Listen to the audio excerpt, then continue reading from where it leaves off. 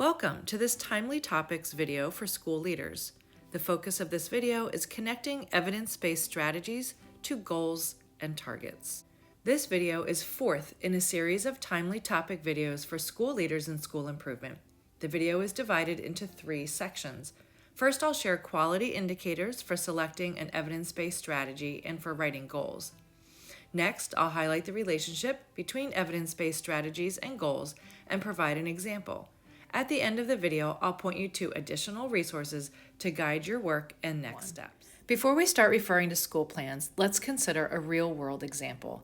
At some point in your career, you may begin considering plans to ensure your financial stability upon retirement. Perhaps you work with a financial advisor to set your goals and to make a plan for regularly contributing money to your retirement account.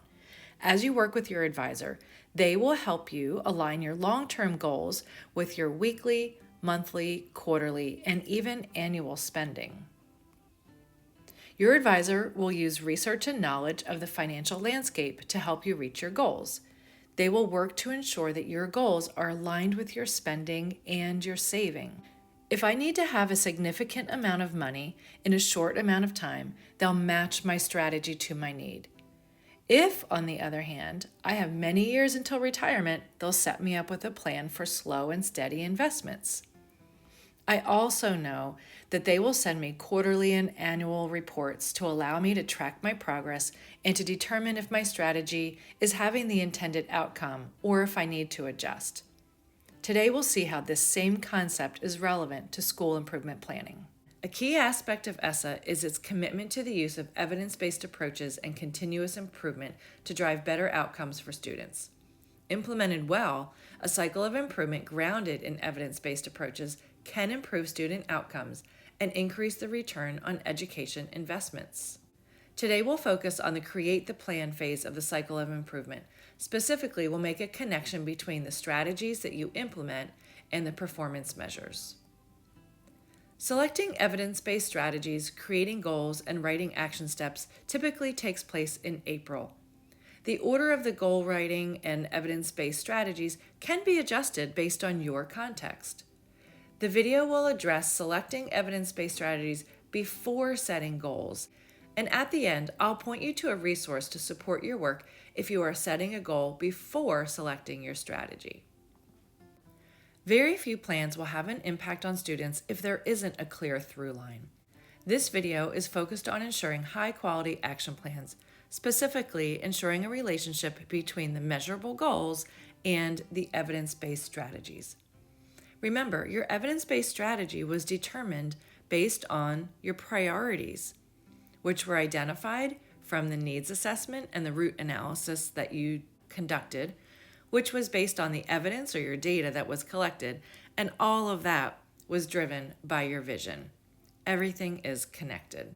Let's start with a brief review of selecting an evidence-based strategy. Once you've selected an evidence-based strategy, which we reviewed in the previous video, review the strategy and the research to confirm alignment between the prioritized challenge, the strategy, and the expected outcomes. When you are finalizing and approving the selected evidence-based strategy, you are ensuring that the evidence-based strategy has strong to moderate evidence of impact in a context that's similar to your schools. So ESSA tiers 1, 2, or 3. Also, that there is research to show that the implementation of the strategy will produce the outcomes aligned with your priority. You are ensuring that you will have access to the necessary resources and you'll have the capacity to implement the strategy. This includes time, materials, and staff. And last, that the strategy aligns with your school vision. It's also helpful to determine the level of support that you'll have from your district administration. Let's move on to goal setting. When reviewing a school's annual goals, look for at least two. Are they SMARTY goals? Are they based on the research of the evidence-based strategy and the school's stage of implementation? Are the goals feasible? For example, if your school is in the beginning stages of implementation, either the installation or the initial implementation phases, you may not expect to see the same results as a team that is at the full implementation stage. And last, Are your goals ambitious yet attainable based on the strategy that will be implemented? Going back to our savings analogy, my financial institution sends me quarterly and annual reports, so I know if I'm making the intended progress.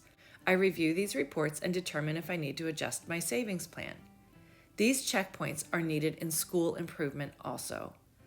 Quarterly targets allow the team to monitor the impact of the work they have done. They need to be directly related to the changes you would expect to see, either in students or adults, as a result of the strategy being implemented. Check to ensure that the goals are outcomes, not actions. What are you looking for as a result of the actions? When reviewing the quarterly targets, consider the availability of the data in the necessary time frame, so the end of the months in October, January, April, and July. If your school is using local assessment data as quarterly targets, will it be available at the required time frame? If not, what else could they consider?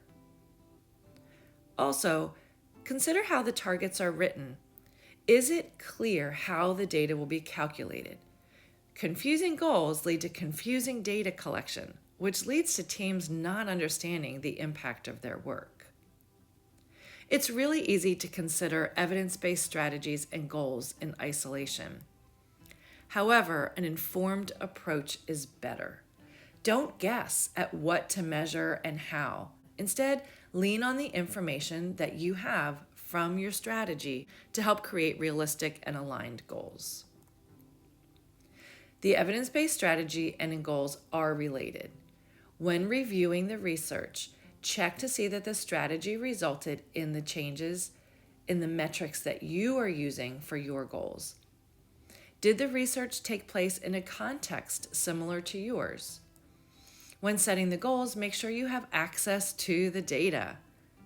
When setting goals, do you have the capacity to implement the strategy in the way that was reported in the research? If so, you're more likely to see similar results.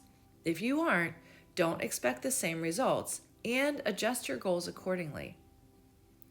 By ensuring alignment between your evidence-based strategy and your goals, you can have more confidence that you'll be able to monitor your progress and that your progress will be related to the strategy that you're implementing. I'll share a brief example. Let's consider a middle school who recently conducted a needs analysis and discovered that there was a group of students with very low attendance. When reviewing their course grades, they discovered that these students were failing at least 3 of their courses. The student focus group highlighted the idea that the students don't feel connected, and the educator focus group indicated that the teachers weren't aware of these students' needs. After reviewing a range of strategies to implement with this group of students, the team decided on Check and Connect. They knew their local pattern could support that implementation. Before confirming their use of this strategy and before setting any goals, they reviewed the available research.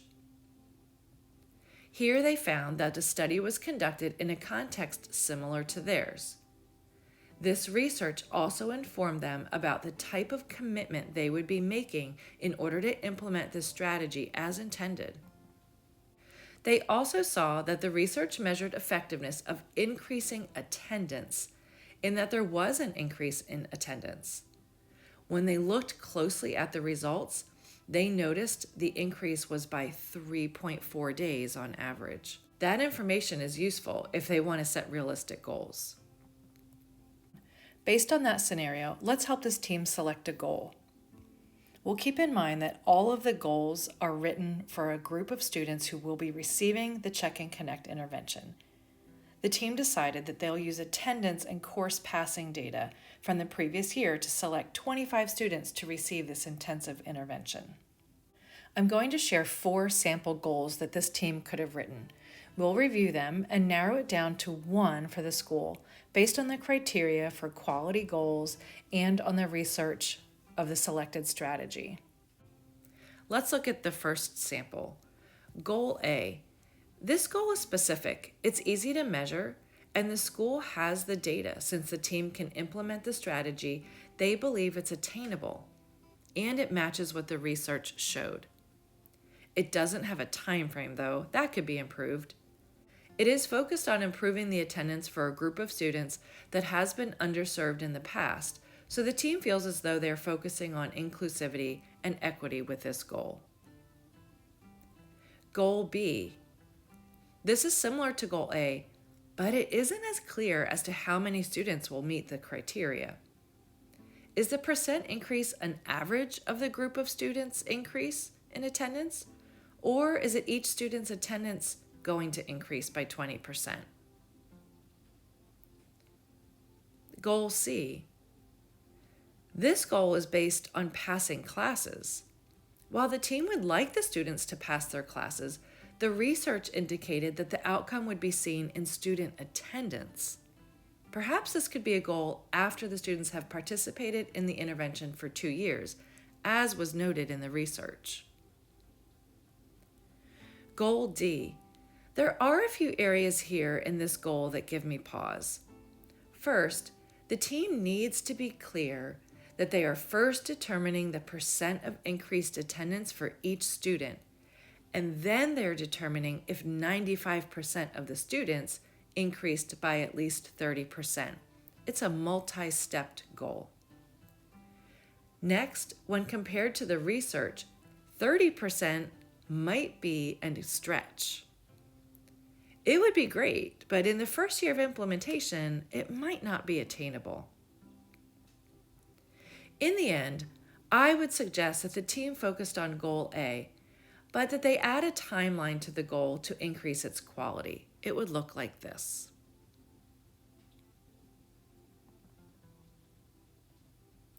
Let's take a look at some resources that will be helpful for you.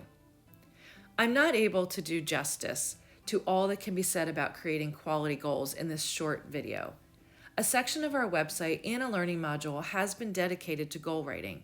The statewide team also has a performance management team and its members who can offer you guidance with goal writing.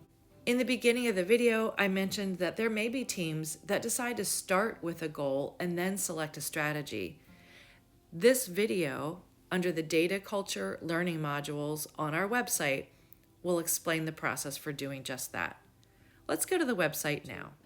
Here we are at the Pennsylvania Continuous Improvement Resources section of the IU13 website. I'm coming over to the right and clicking on Go Create a Plan. Within this area, you will find drawers for each of a variety of content areas. I'm going to click on Goals, Statements, and Targets. You could click on that red tab right there for more information and resources. I'm going to scroll down to Learning Modules. Here's where you can see there are learning modules specifically addressing high-quality goal writing and evidence-based strategies.